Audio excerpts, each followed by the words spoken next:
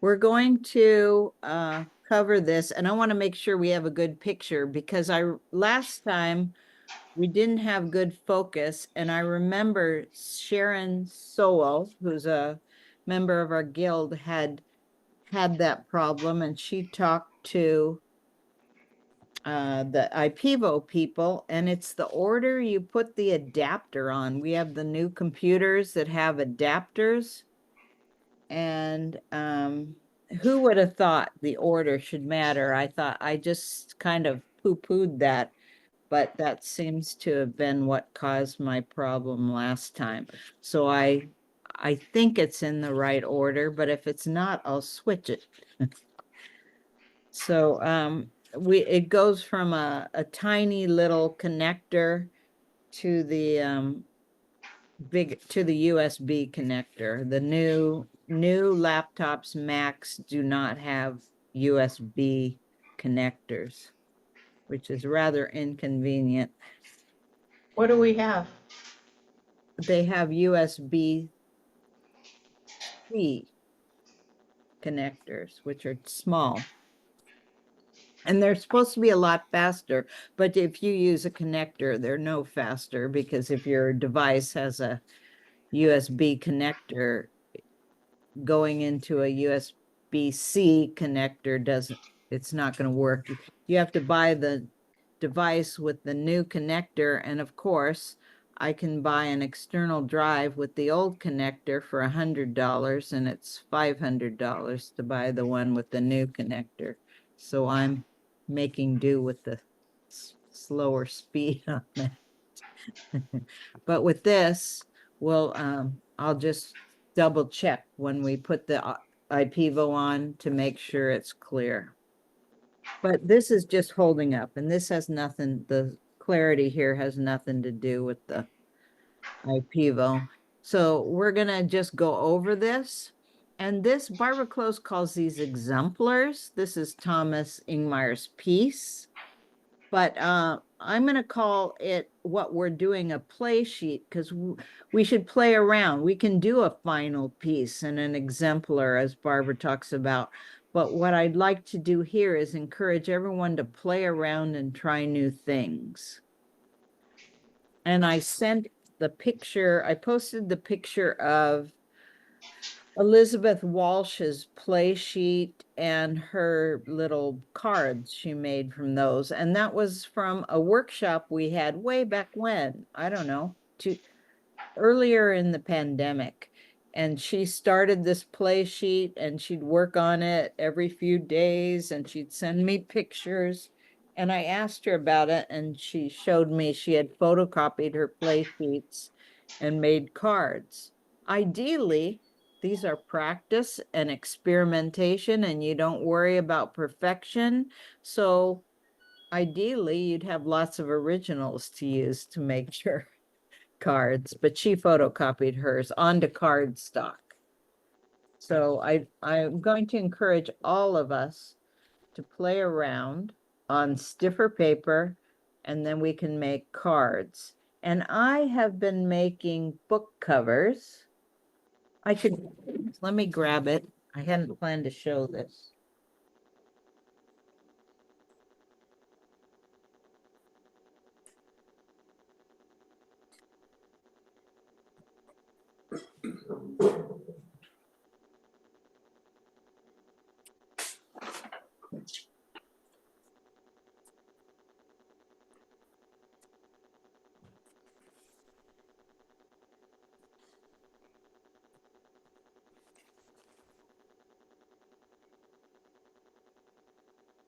Sorry, I was pressing this. But I've been making book covers and just picking, if they're collaged, I'm taking a class with Ann Davney's and then Ann Davney's Elder.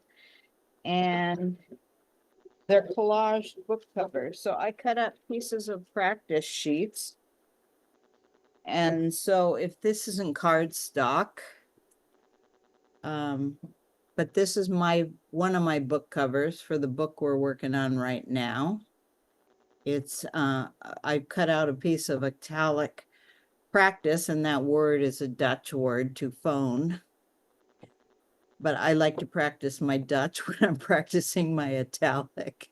And then this was long time ago. I took a roses class and I had a scrap of I think Arches Tex Wove I practiced on. So I cut that out. And then just other scraps I had. And this is the back.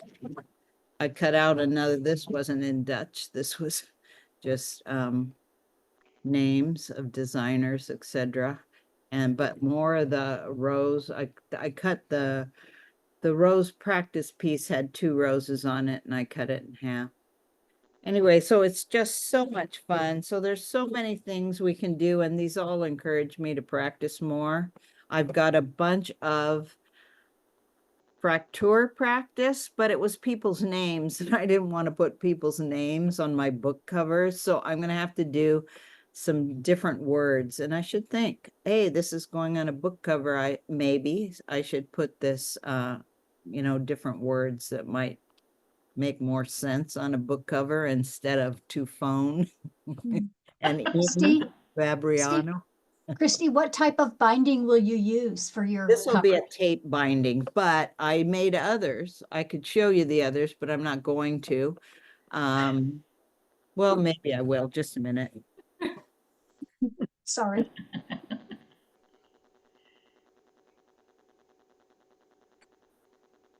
The reason I have so many and none of them are sewn is because a tape binding, you don't put the inner cover on, and a Coptic you do. Well, I forgot and I put the inner cover on.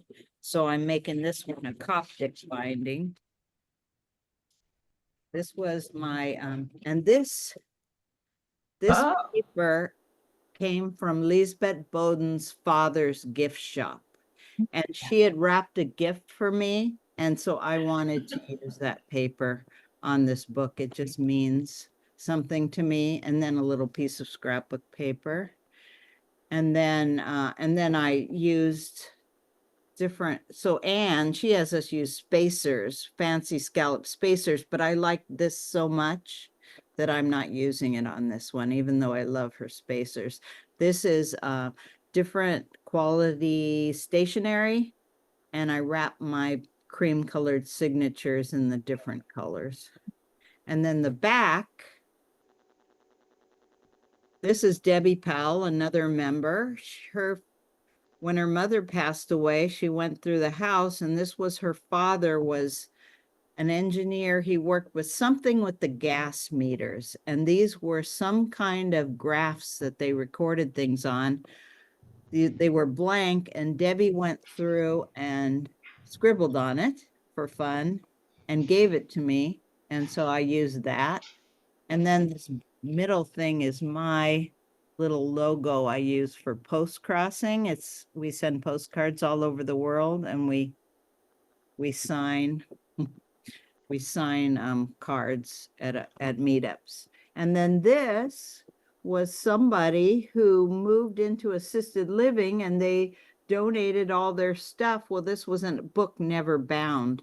So I took a piece of that so I can remember all these people and things from that book. So Christy, is that glued? Like they're all glued together like a drum book, or? No, it's going to be sewn Coptic. Oh, okay, like a Coptic. Okay, sorry. Yeah, I see it all together. Because I'm busy working on the Yes. donations for our fire victims. I have not set aside enough time to actually sew, but but the collage I can do a little at a time. Yeah. And these classes are on Tuesdays, so while everybody else is sewing, I'm making my covers. I'm behind, but this is the first one I made. It's for Coptic. Okay. Yes. And it was painted in another class. Some of you know about Sketchbook Revival. Well, this was a couple years ago. We did little Zen things with a Japanese brush. We painted these circles, and I loved it so much. And then so I used that on this one. And then Anne had you do these scallops for both spacers and on your covers. And in Anne's latest class, she's got some really fantastic collage with flowers and all. So I figure the rest of my life, I'm gonna be binding books and some people are gonna be getting books as gifts. So that's my sharing. Do we have any other sharing while we're at it? Let me go into gallery. And we can start with sharing. Okay, Joyce from I Tuesday. belong to a group called Paperworks here in Tucson, which is book and paper artists. And I signed up for, it's a surface design class, mark making. And we've been making, I don't know if you can see this, Yeah, sheets of paper for covers. Can you see that? yeah. And so that's dimensional. And then here's Looks some like other, fireworks or flowers. oh, it's abstract. Yeah. And here's some other ones. And I've really enjoyed it because we're layering not only materials and texture, but I always squeeze some lettering in there somewhere underneath. What paper are you working on? This is actually a roll of butcher paper I that was I'm, wondering because it sounds kind of crinkly. but I gesso it before I start. But I've got this whole roll and I thought before I die, I better use it. So those Where would do be you- great scraps Fantastic. for book covers. Where do Exactly. you get it? The roll of butcher paper, Yes. I can't tell you, I've had it for decades. But IKEA and some of the art stores, you can buy them online from Amazon, etc. In Yeah, fact, I probably got it from an art store. I just don't remember. yeah, I've got a roll of butcher paper in the garage and I'm gonna give it to one of our fire victims. She specified a need for rolls of practice paper, so it's been sitting in my garage and I'm passing it on. Well, I like it because I can get yards of material and it's a great width. So Yeah. it's a multi-purpose paper, really. Yeah. Anybody else have anything to share? Yvonne, just a minute. So I'm in a runes class, and these are some of my homework assignments. Who are you taking runes with? Ann Miller, Oh, It's- okay, yeah, through Stanford University. yeah. So we were to work on basic runes and making some kind of a design that could be a monogram. So this was 1 week's homework, and life wasn't already challenging enough. So I'm also in a Roman brush Romans class. And who are you taking that with? Laura Donna Zega. Oh, yeah, She's self-taught. She's had a few classes, but because she knows what they're supposed to look like, she's developed techniques for some of the letters that I've not seen anybody else have. And so it makes a really interesting process by learning from her. yeah, her work is beautiful. Anybody else have anything to share? Okay, well, if we have nothing for now, we'll get started with the class. So what I'm going to do is I'm going to just talk quickly about these specific Romans, but they aren't that different from things we've done in the past. So I'll just briefly talk about them. And I do, let me turn this on. And let's make sure it's clear enough.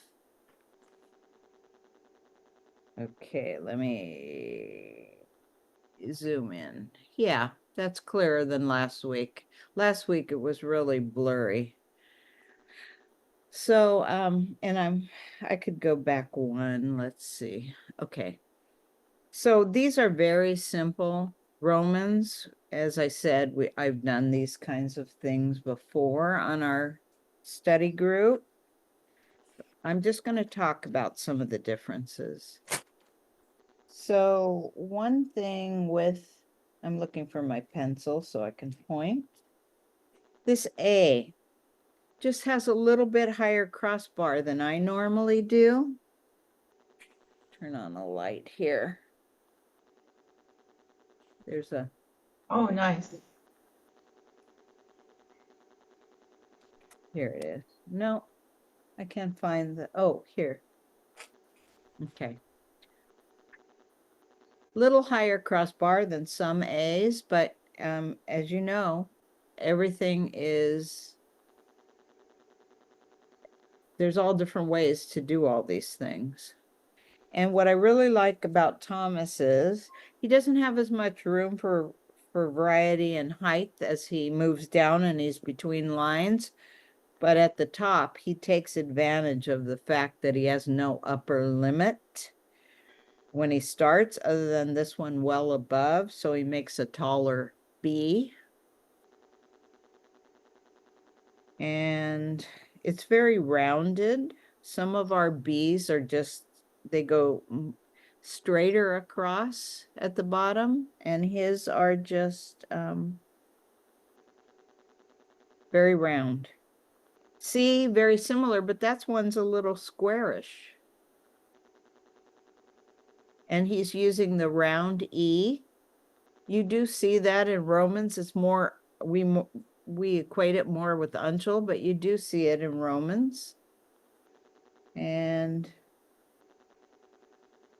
G, look at this. I'm going to zoom in. A lot of times we see a straight crossbar or a little line, but look at that nice little curved line.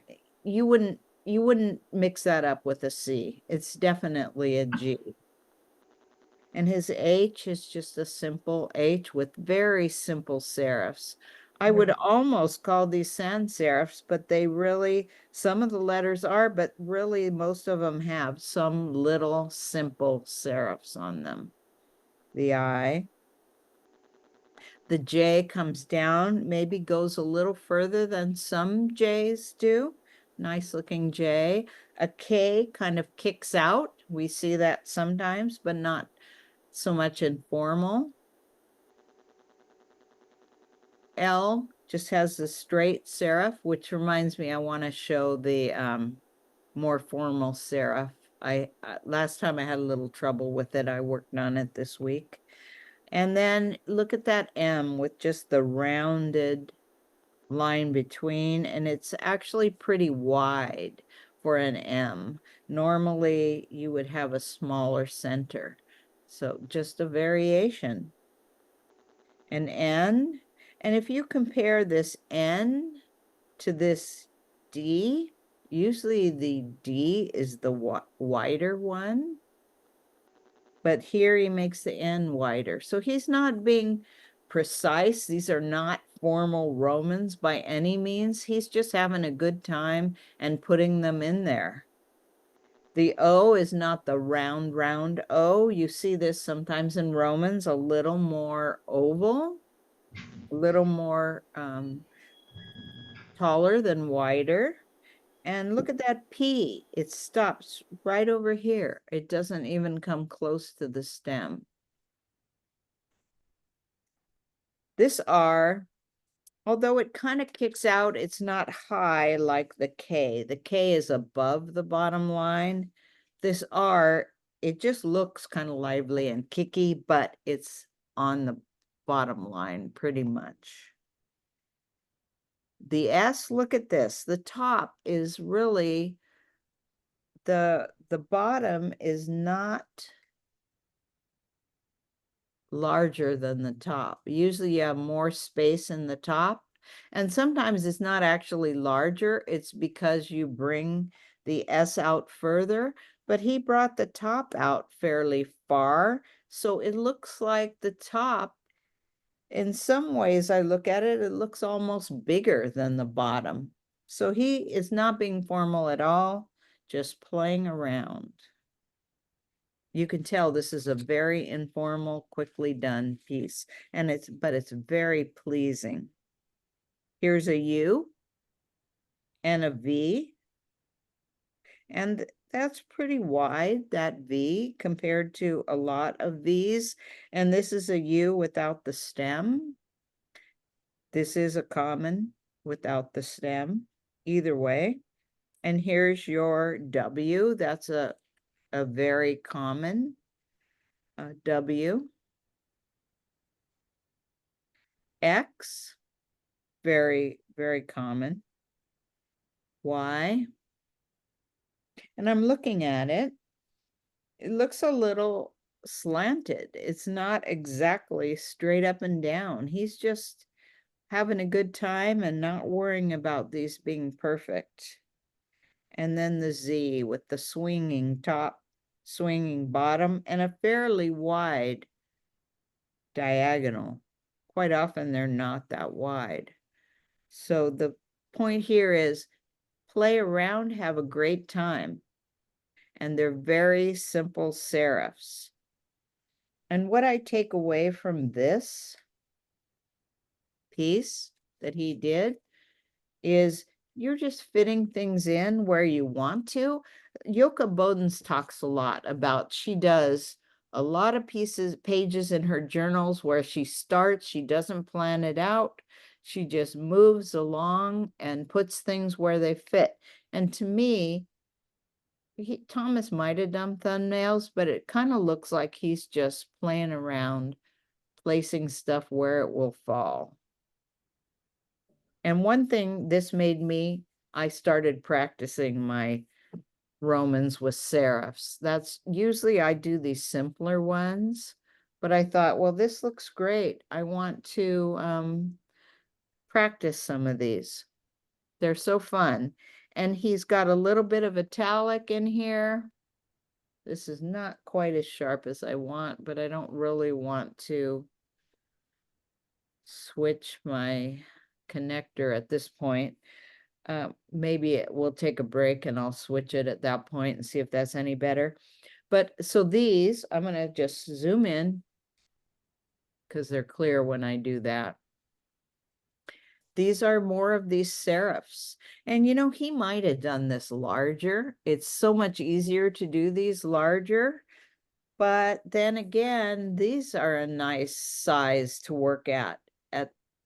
And so he may have worked at 8.5 by 11 and then just use a smaller pen for this. Everybody would have their own way to do this. For me, I think it'd be easier to work larger, but I did do these small things. I did do a practice version of this, but I moved along quickly and mine is pretty messy. And look how neat some of these, and look how fine this italic is, just fine ascenders and descenders. And then look at these gorgeous flourishes. And to do this, you know, he would have worked through the air with this a few times to get going and then just have done it. All of these, you wouldn't just do these because you would suddenly think, okay, where do I go next? And you'd have a little subconscious delay. This is something you would work out in advance, run your hand through, and be ready. And then I looked at these. And what I would say with these is you do your own thing. He's got all these letters in here. He's got some with a bigger size pen, some with a smaller size pen.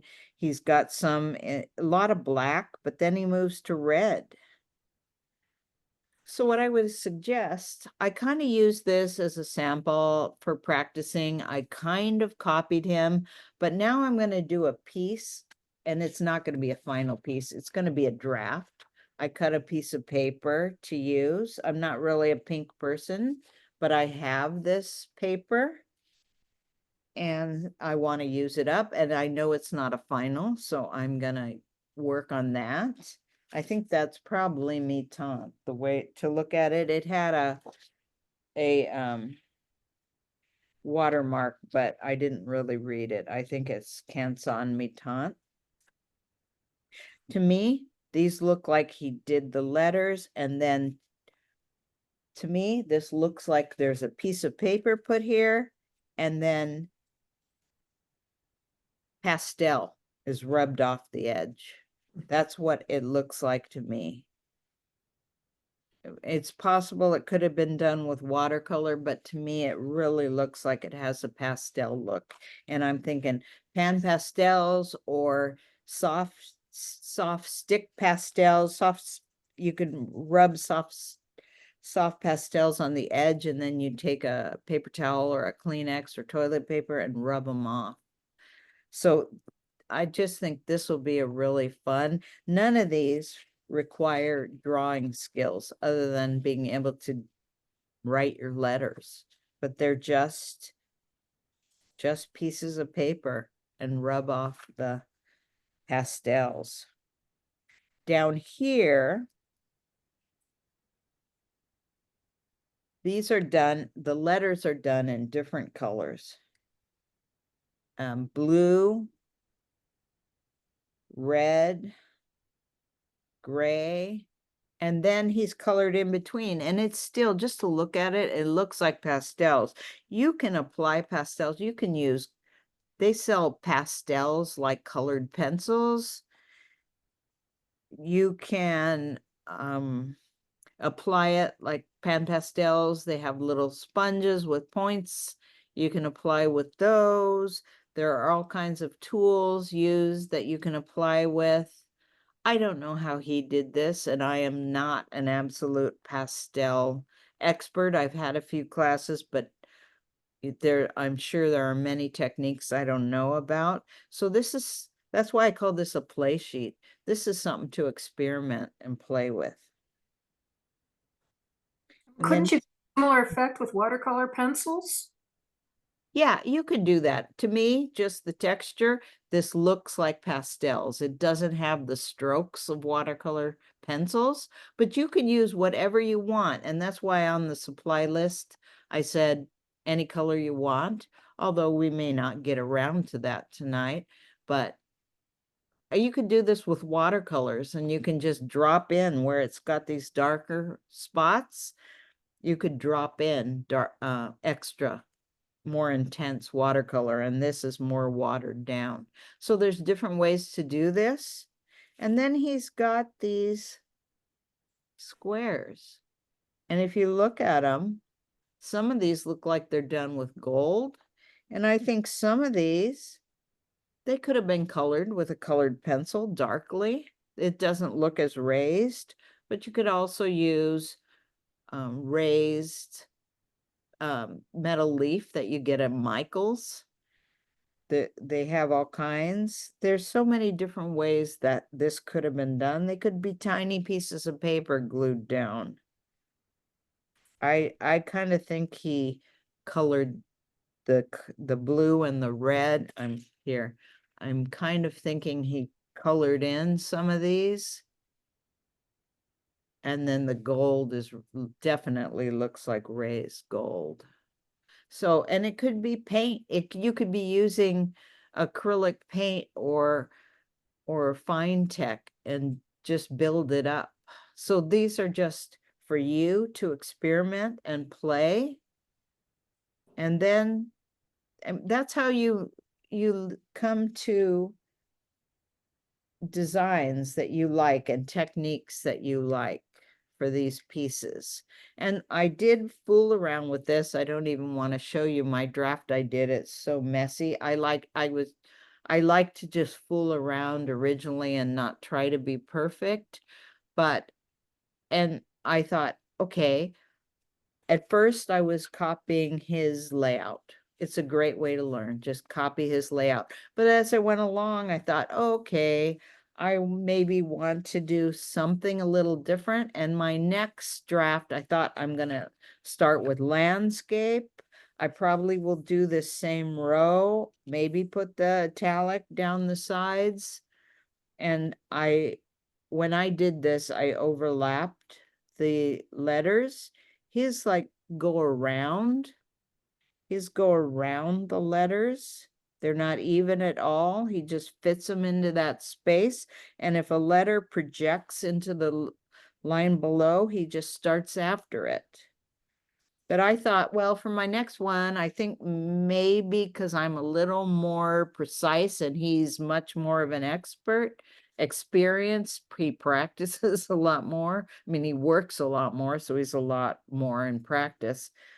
I may draw some lines and not stick with them exactly, but maybe draw some lines so I make sure I leave room for these letters, because when I did my practice ones, sometimes I had a lot more room.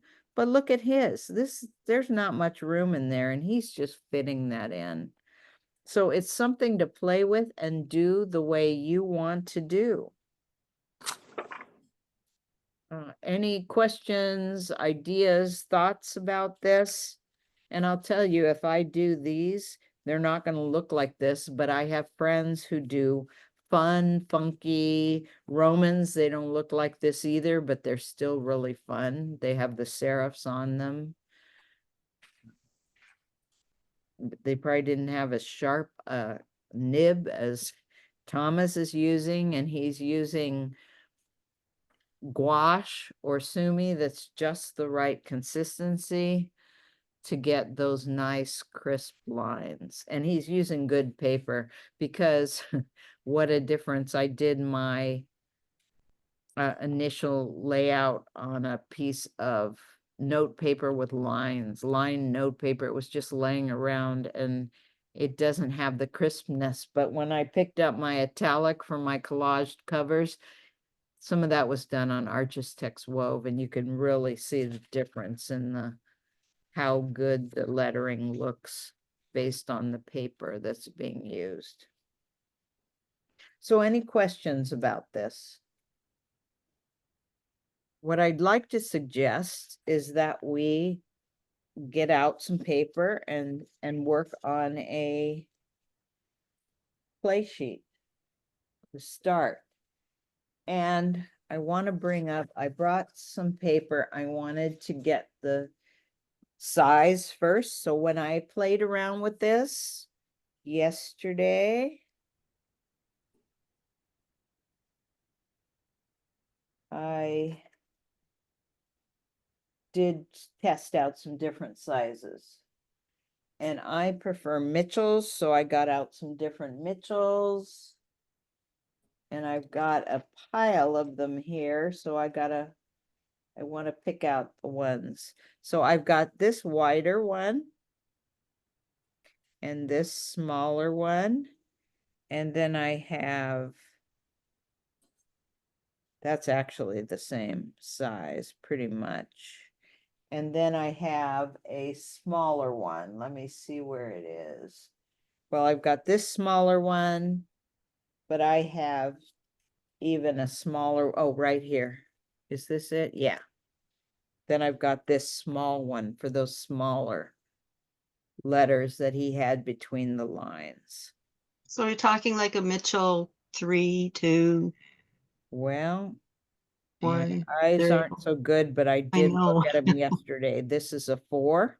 4, okay. Yeah. And one of them I got out was a 2. It's this one. But you know what's funny? This says it's a 2. And this says it's a 2. And this one is definitely wider than this one. And they both say 2. Maybe it's just, if I take this out, maybe it's just me. But no, look at that. That's wider. Barely. So I'm kind of thinking, look, this is, it might, they have Mitchell round hands. They have different types. So I don't know. It's a 2, but it just is a slightly different size. So what I did my scale, and this one is a 2.5. So I did a scale. And I think I used this one. Or actually, I think I used this one, which this one is, I think, a 2 also. So I am going, and I got out gouache tonight because I played around with walnut ink and different inks yesterday, but I thought those aren't so good for a more finished piece. And even though this is a draft, I should be practicing with what I'm going to be using.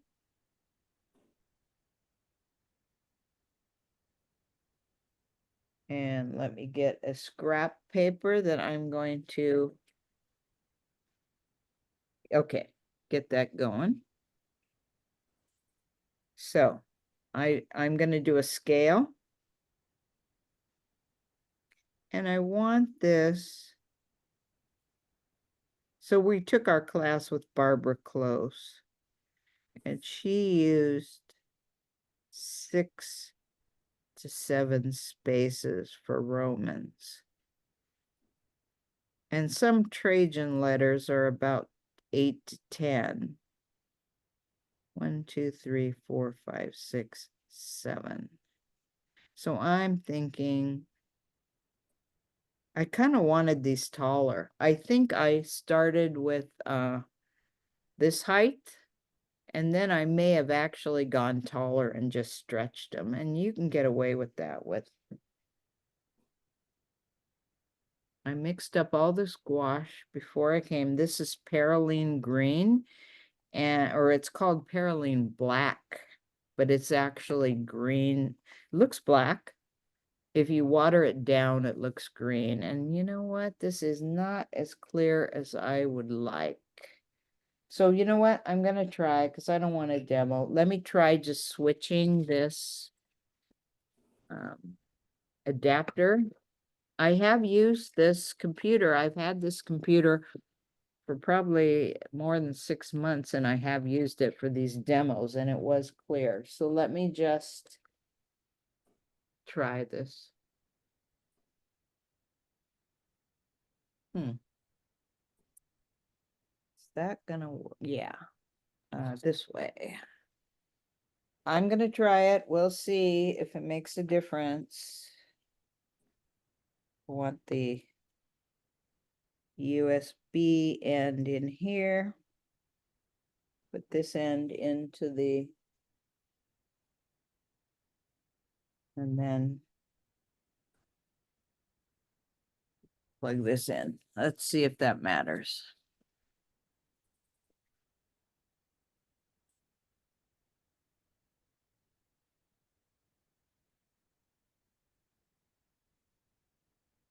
Okay, well, why is this not working?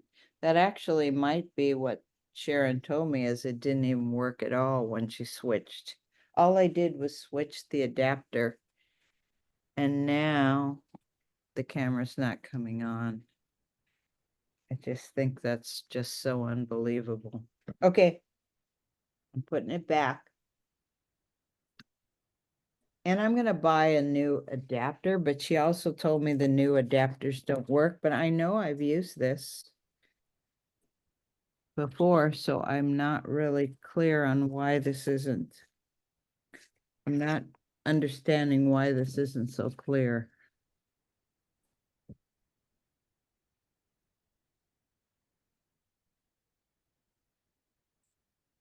You know, maybe when I did the other demos, maybe I used my old computer. It still works. That might actually be what I'll do next time, use my old computer. But at least I can zoom in and it'll be clear.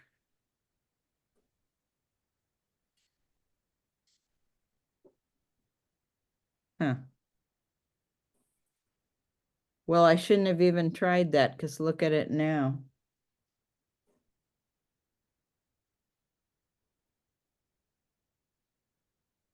At least before, when I zoomed in, it was clear.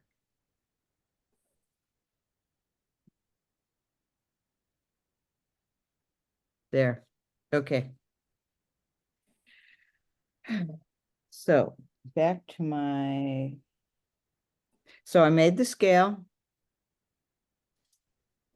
And a couple tips on gouache. I've got these long brushes. They fall out of the little container. I already knocked a few onto the floor and painted my floor. So I will tonight get my husband to cut those that aren't short enough. I'm going to back up one more. Let me try this. So you're keeping your X height consistent at 7 pen nips, like for all your letter forms, no matter what nib size you use? Or you're going to No. vary that? No, I'm using this too, Yes, and I made it 7. I mean, whatever nib size, yes, I would Yeah. use 7 because Okay. with a different nib size, the Yeah. scale of 7 will be different. But you know what? I'm not going to stick to that Okay. because look at Thomas's, and he had the A and the how much taller the B is. Mhm. I want to play around with that like he did. So I'm going to write these.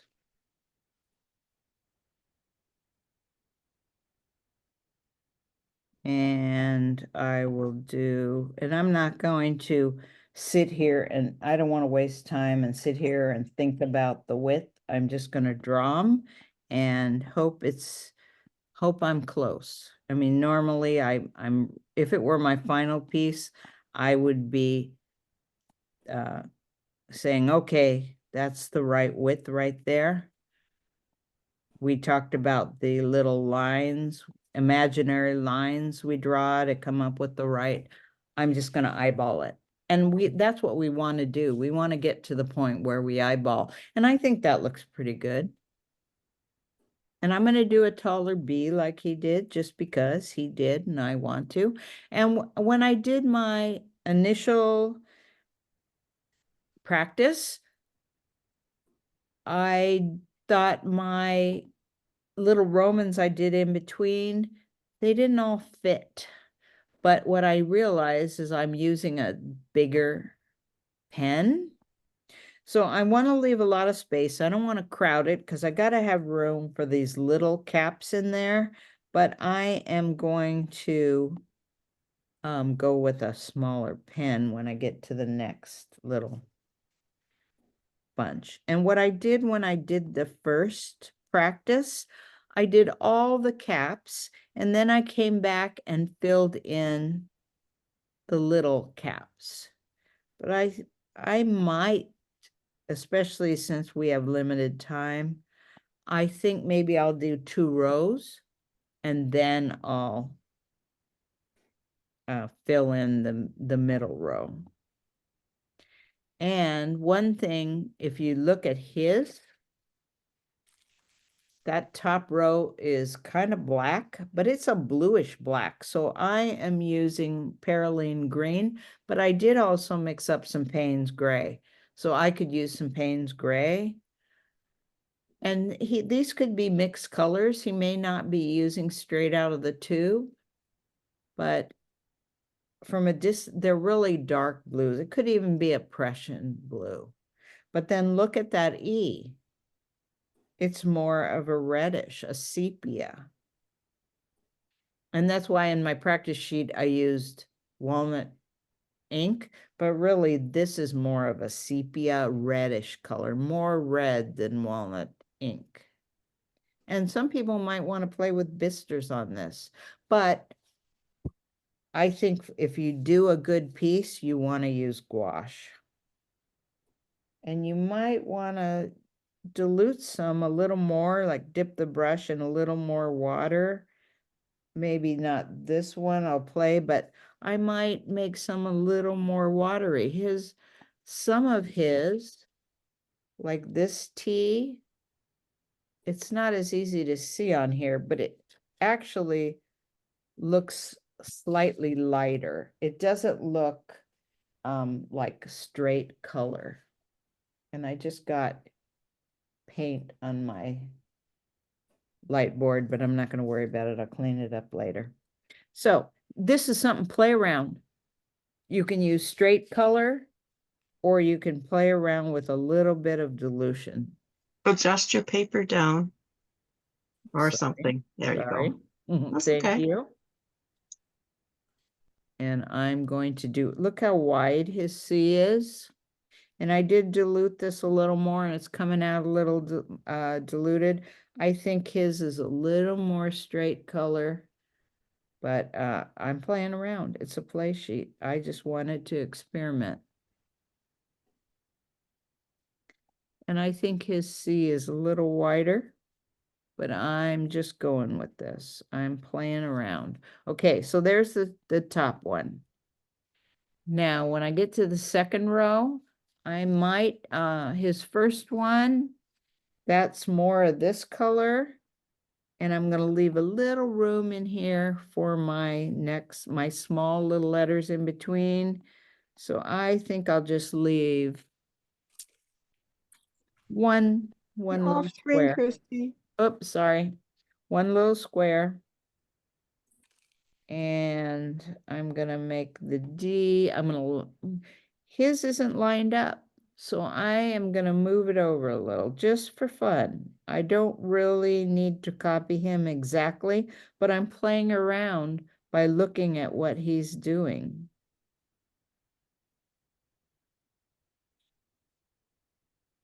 Okay, now here's where he switched to a different color, and his is more of a sepia color.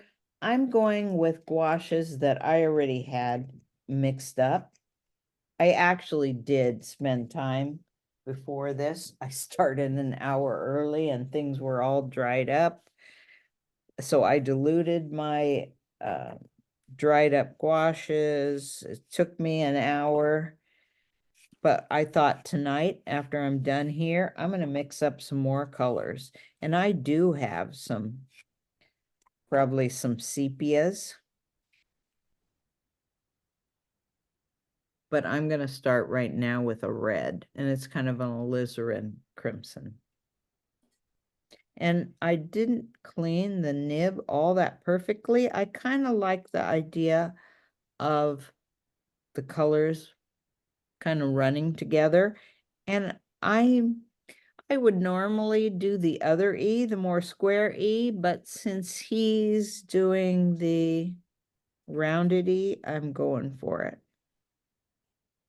And I kind of think I'm going to play around and make it a little lower. His were more exact when he got to the lines that are in between, but I just feel like playing around. And that's why these are play sheets. We're not going for perfection on our play sheets. Okay, so here I am doing this, but I should be doing this on my better piece of paper. But since I started on this, I'll just keep going. But my next one's going to be on a better piece of paper. And if I'm looking at him, I think his is a little taller than this.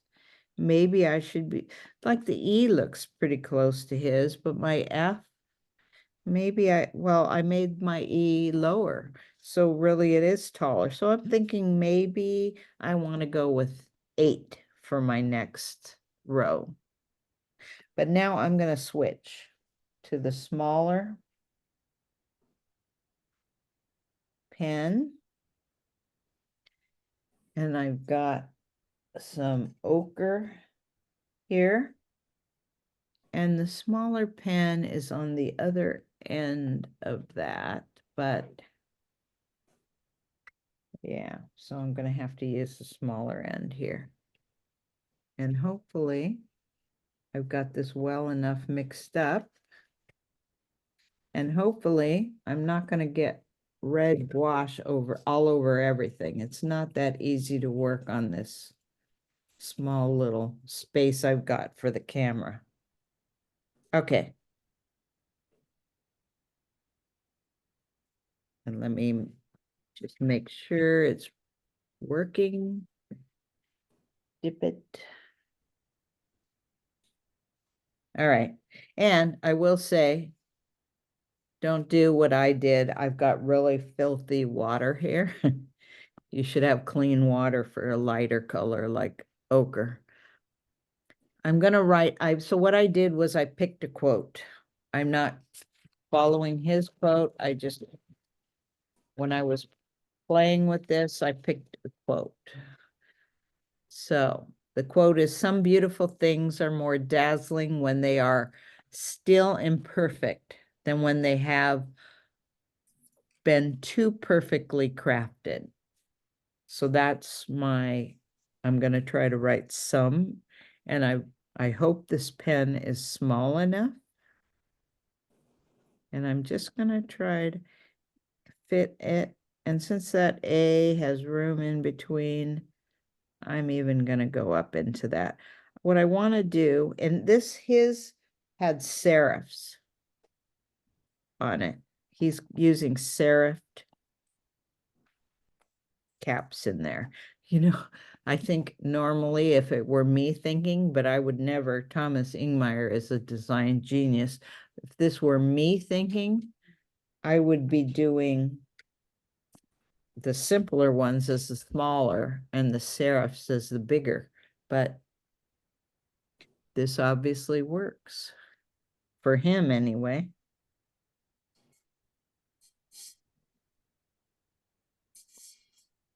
So sorry, Christy, what color are you using there? It's Ochre, but I Oh. dipped it in kind of dirty water. yeah, no, it's sort of interesting because it's not yellow. It's got a nice beigey tone to it. Yeah. It's good. Yeah, this one actually, this particular, if I look at it in the container, it does look kind of beige. I guess it depends on the brand. And I definitely need to practice these small, it's a small, the serifed. And even if you can do bigger serifed, when you get down to a different size, it takes practice also. And if you've had John Stevens class, you sharpen your pens to do really nice. And I probably could put another, well, the water's in the other room. I could dilute this better. It's not flowing as well because it's not diluted enough.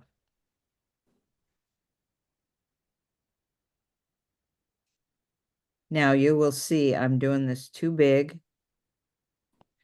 and it's not going to fit. So that's why we do rough drafts. But I'm getting closer.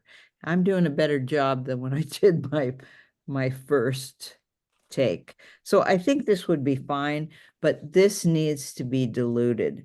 It's thicker because it's not diluted enough. And I'm sorry that that just keeps going. Definitely going back to my old computer next time. So you're using your words then, Christy, your poem Well, a or quote I found. Yeah. I'm not using the ones he used. yeah. Oh, it's kind of nice. Good. Yeah, but I'm disappointed that's not too crisp, but at least when we get close up, you can see it. So what I would do is I would have more, that's one thing with gouache. You don't want it too wet, but if it's too thick, you're not getting a nice look. And I could jump over and get the water. It's just over the counter right here where I was mixing up gouache. But you get the idea. So what I would say is we do these play sheets. I'm going to do mine on this Canson. And let's see, why don't we take 10 minutes and you can work on yours and I'll work on mine and I will get my water. Any questions? The Canson is the one that has a little bit of a texture to it. Yes. It does. It does. And that's, I just happened to find, I'm trying to use up the Yeah. stuff. So I Yeah. came across this Yeah. and I thought I'm going to use that. Now, would you set up a grid sort of system on it before you start, just so you had reference? I probably would draw my lines. Yes. That's what I'm thinking. I would draw my Yeah. lines. I probably won't do a grid, just lines. Yeah. Okay. And I'll do it on camera. Yeah. I'm going to move to that. But everybody go ahead and get out your play sheet. And then let's just start. And with mine, I'm going to do what Thomas did. Whoops, that's my practice. I'm going to do this. I really like this column. And then I'm going to later do some squares. I'm thinking mine might be bigger, but I'm gonna play around. And this is a draft and it's a play sheet. I'm gonna play around with it. So go ahead, get started. I'll get my water and be right back.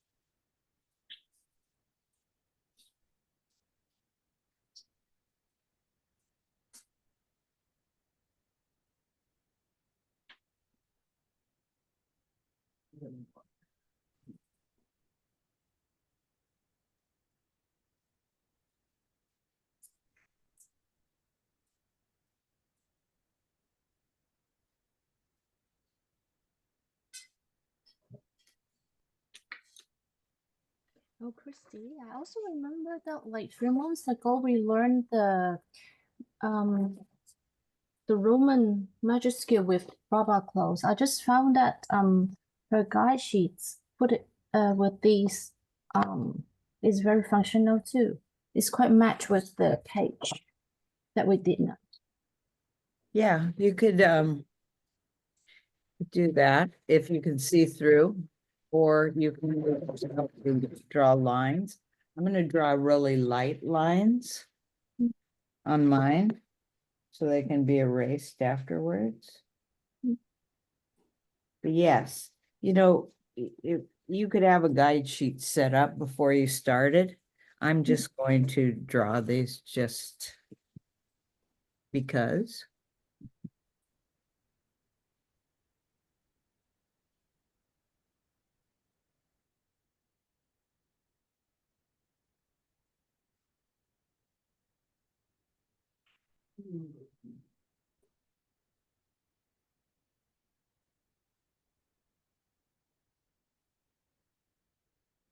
And I think I'll do my lines 8 apart instead of 7, so.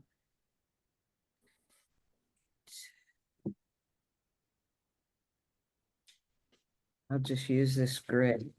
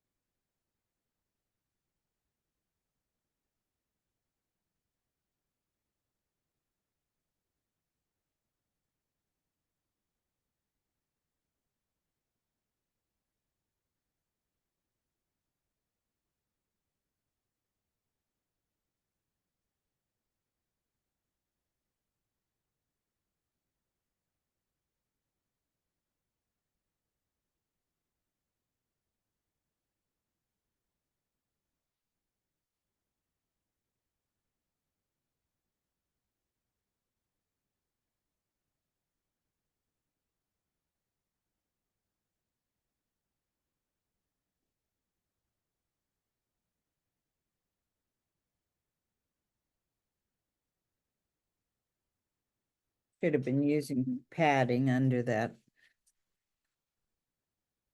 Then I have my guard sheet.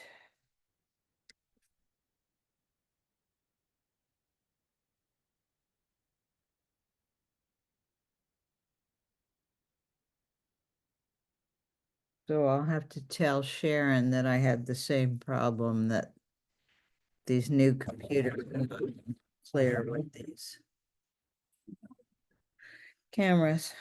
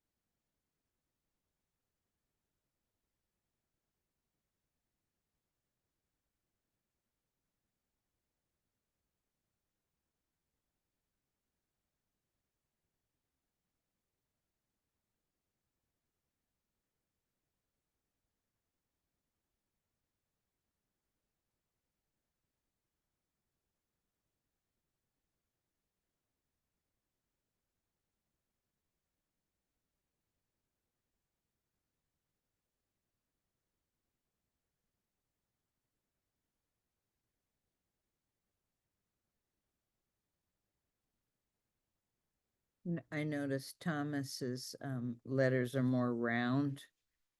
Mine's a little too square at the top. His are very nice.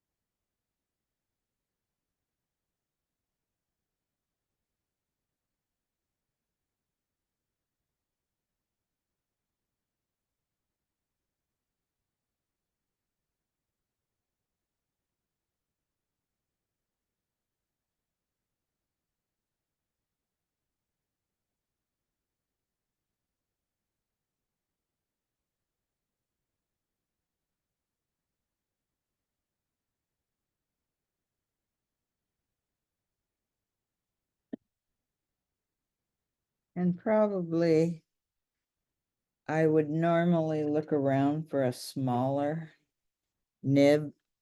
I think he probably used a smaller nib, but I don't have it handy right here and I don't want to take time. So I'll just use this one. Actually, this one's smaller. I'll use this one. Okay, I did have a smaller handy.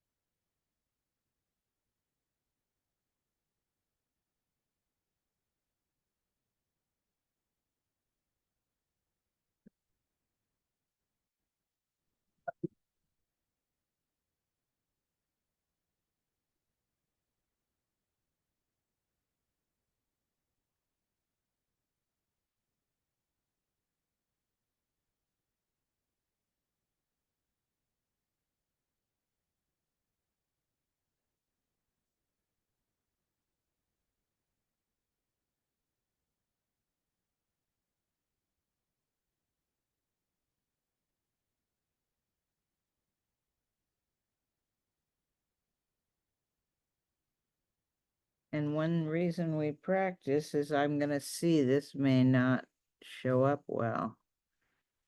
This particular color.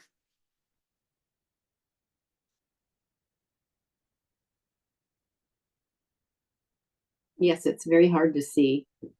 And I think it goes a little blurry when we see your hand up so close. Like Yeah. blurs it a No, bit. yeah. Next time I'm going with the old computer. This just doesn't seem to work. But even if you were here, it's not showing so well.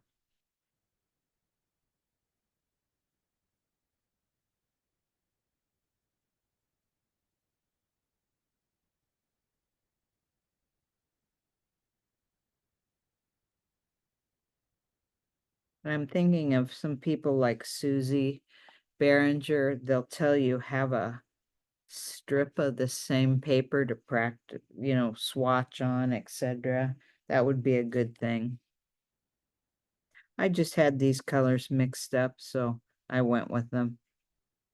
I wouldn't, for a finished piece, I would be doing a little more. I'd be mixing up more colors.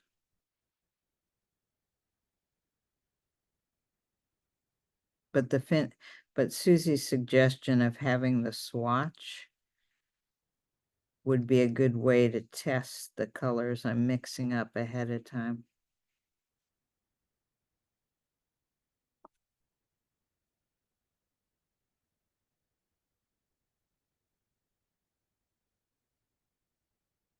And I still went a little too far because I'm looking at his and he doesn't go, well, he does. No, he never goes beyond the edge of the line. Here's a T. Let me get this on the screen. It goes way out, but his T almost comes to that edge. So he doesn't really go past the ends of the lines. Where here, I am going a little bit past. And you can also see that my lines aren't so sharp, and I need to add more water, and it'd probably be good to put gum arabic on this before I do that. Okay, so I'm going to stop here so we can talk about the Elizabeth Walsh's play sheets, and I think it was Elizabeth Kenny maybe that asked about, let me take this off. I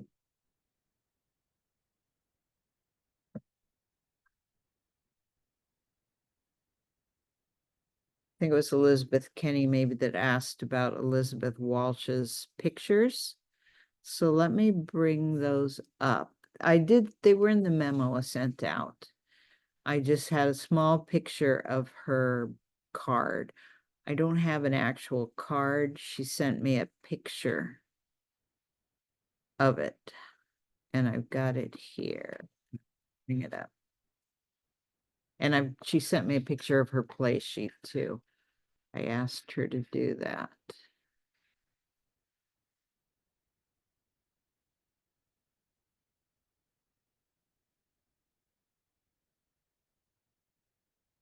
Okay, I think the first thing I'll bring up is her play sheet. So let me get that.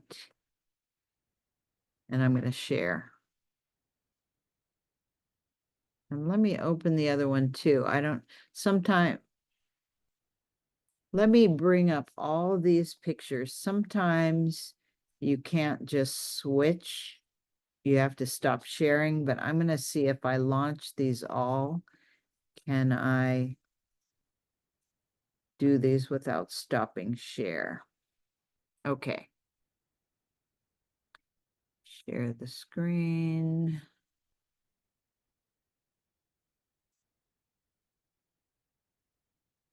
All right, so I think you can see my files here. Can you see her play sheet? It should be on, it's on the screen. Can you see that? Somebody please. Yes, we can see it, Okay. Christy. We're not sure. We got her a pocket notebook PDF. I don't know whether we got anything else. So you're sharing what Yeah, in the visual email, is. I just had a small picture of the card, but I'll Okay. bring up a larger one to show you. Yeah, So, excellent. so that's her play sheet. She just every day did a few little things. She tried circles, wavy lines, going in different directions. Those were all things we did in our play sheets. It was a program. It was a free program. And she did different letters here. So, and I think when I do mine, I'm using Thomas Ingmire as my inspiration, but I like to do Gothic, a Fraktur. I think I'm going to include some of that. But look at these fun. So Elizabeth has some nice drawn pencil letters here.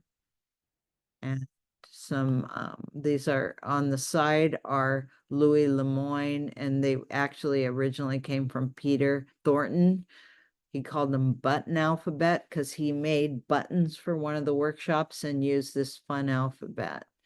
And if you see Peter Thornton's caps these days, you can see little influence of these letters. He's just evolved them into some really fun Romans. So that's what this is for. Just play, put stuff on a sheet and play with it. And you can throw it away if you want. It's just a play sheet for your learning.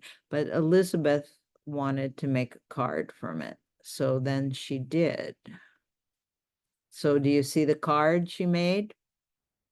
Did it switch the photo? No, we just see two her booklets. Yeah, that's what her booklets, the card is her booklets. So. We just see the same image. Oh, all right. Then I'm going to Okay. stop sharing and I'll share. Okay. A minute. Stop share. All right. And then let me get that new one up and I'll share it. So much for my idea of launching them all. That didn't seem to work. I'm just going to launch one at a time. All right, share.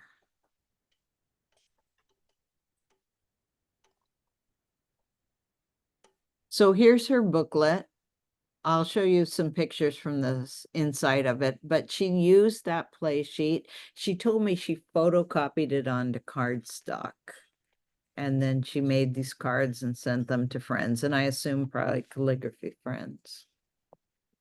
Okay, just a fun thing she did. And let me stop the share.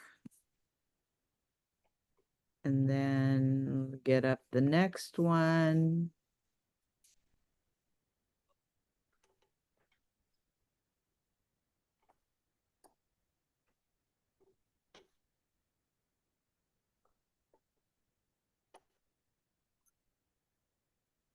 Now my thing is to find the share button.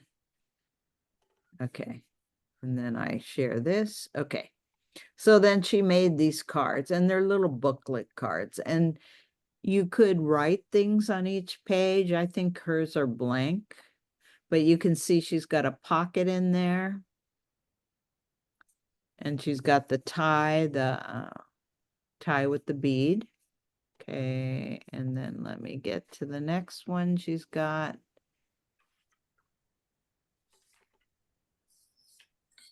Is that the pattern that you sent as one of the handouts? Yeah.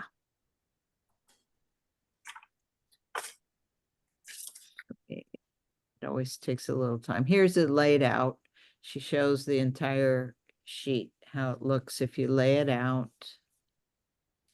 And let me get I'll show one more. Well, okay, this one will be close enough, I think.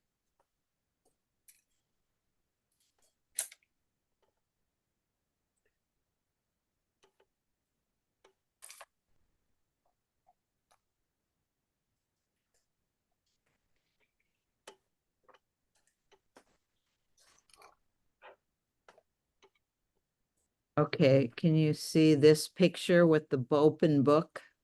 Yes.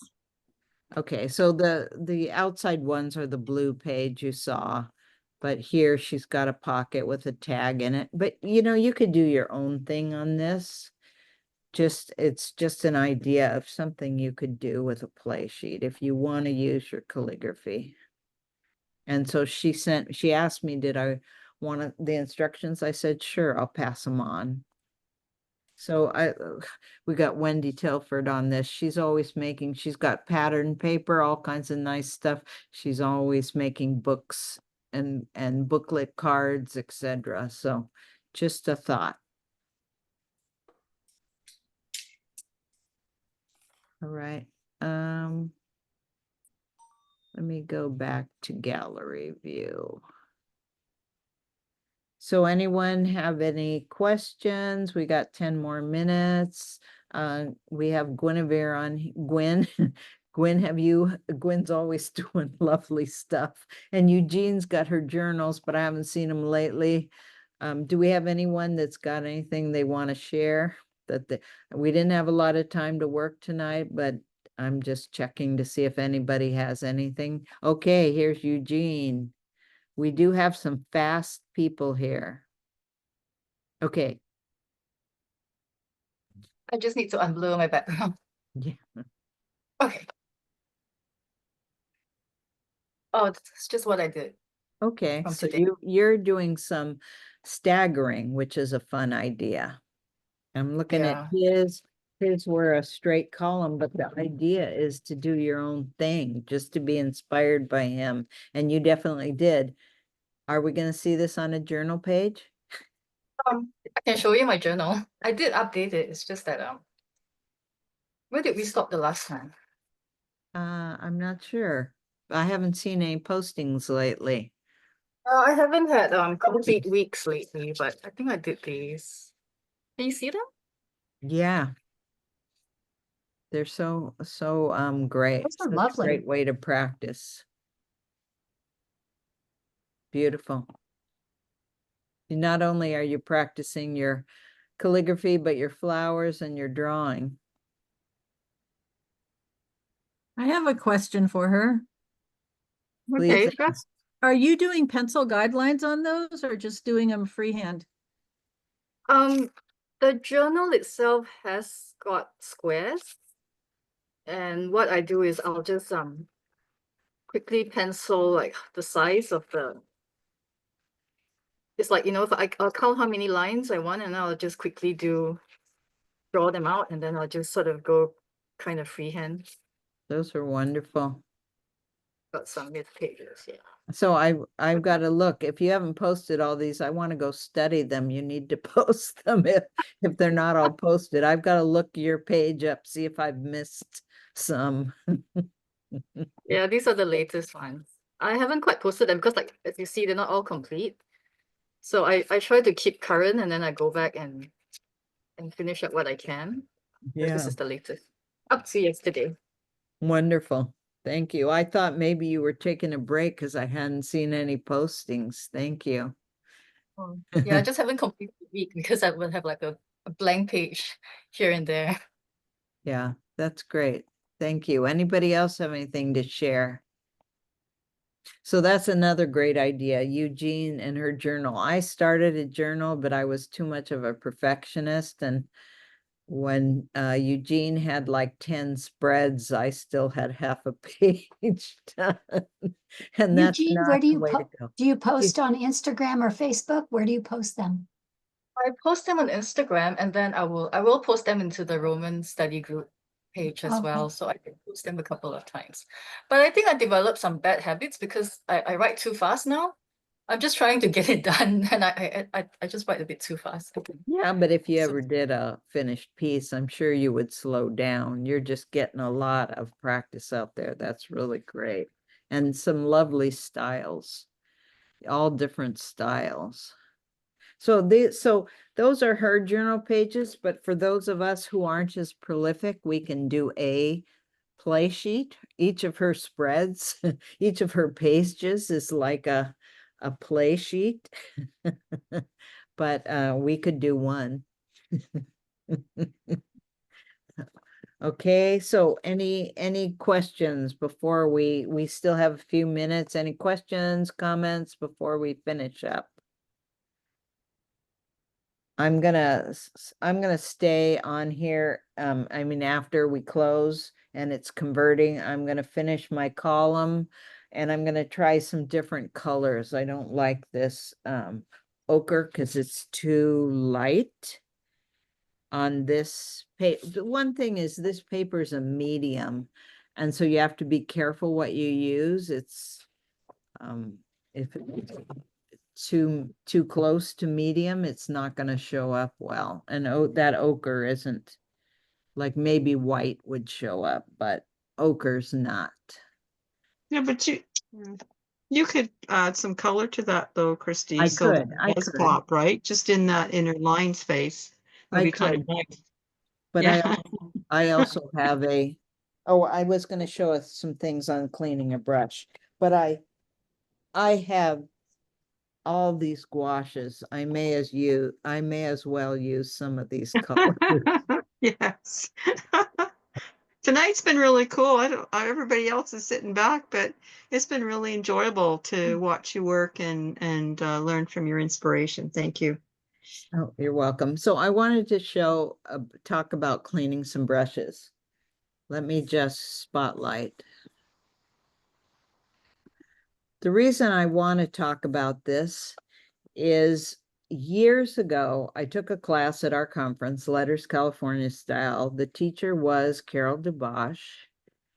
And one of the students, she's one of the few that come from the East Coast. And the reason not too many people come from the East Coast is this is February, mid-February. And we used to have more, and they'd get those storms, and then they had paid for the conference and they didn't get there. So they stopped coming. And I have some friends that I see at conferences and all, and I really enjoyed seeing them at Letters California Style, but that didn't work out so well. But this one, Trish, she comes from the East Coast. She brought a very expensive brush she bought just for Carol's class, and en route it got warped. The brush got just bent, it didn't work. And nobody was able to fix it for her, and she ended up throwing it away. This is like $100 brush she bought for this class. She went home and threw it away. Well, later I learned, maybe a YouTube, I don't remember, but if you get this brush cleaner, which many of us are familiar with, I have this small one for most of my brushes. I have a bigger one for bigger brushes. I think it comes in even bigger.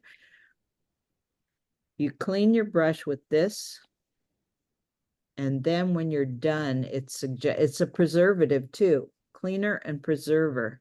When you're done, you put another, just rub it on, and you shape the brush and you leave it, and it helps. So especially my pointed brushes, I do that. It really helps when I get them back out. They're still pointed, nicely pointed, where maybe after I washed it, they weren't all that nicely pointed. They were a little roughed up, but this reshapes them. And what I read is, I asked Trish about her brush, but she had thrown it away. But I have a few of mine seemed warped, but after I let them dry with this, they were much better off. So Is that called McMartin's? it is the Masters Oh, brush cleaner and preserver. And is it's, it like a paste? yeah, it's a hard, it looks like wax, but it's soap. And you get this at any, Michael's I'm sure has it, Dick Blick, John Neal, they all have this. It's very common.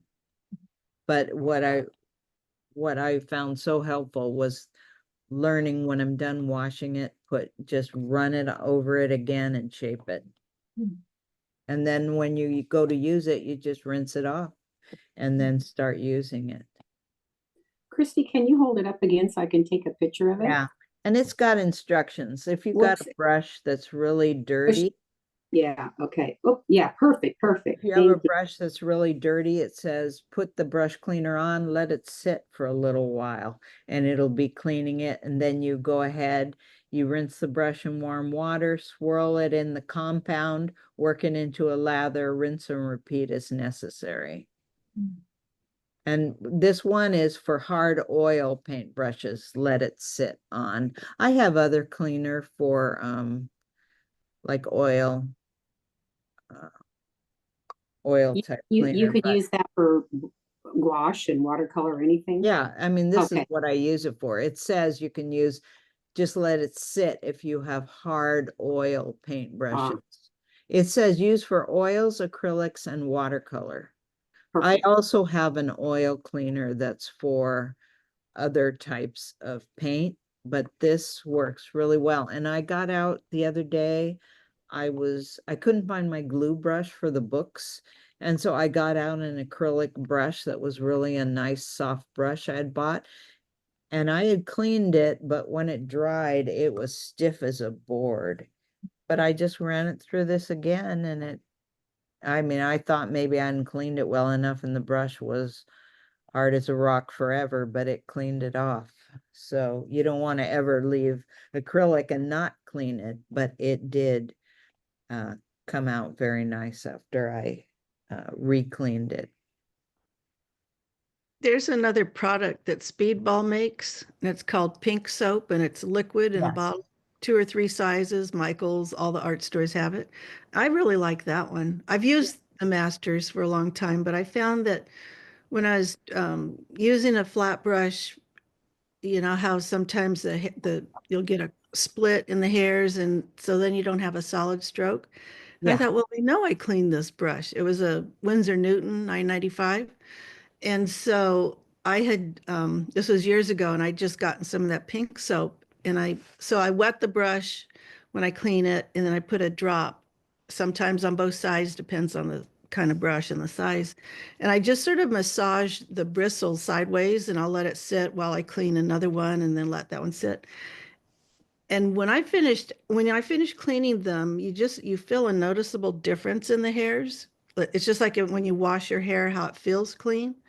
And that's what I noticed with these brushes. And so I thought, well, I had already, these brushes were clean, and I could just see in the soap in my fingers that I pulled a lot of paint out of it, of a so-called clean brush.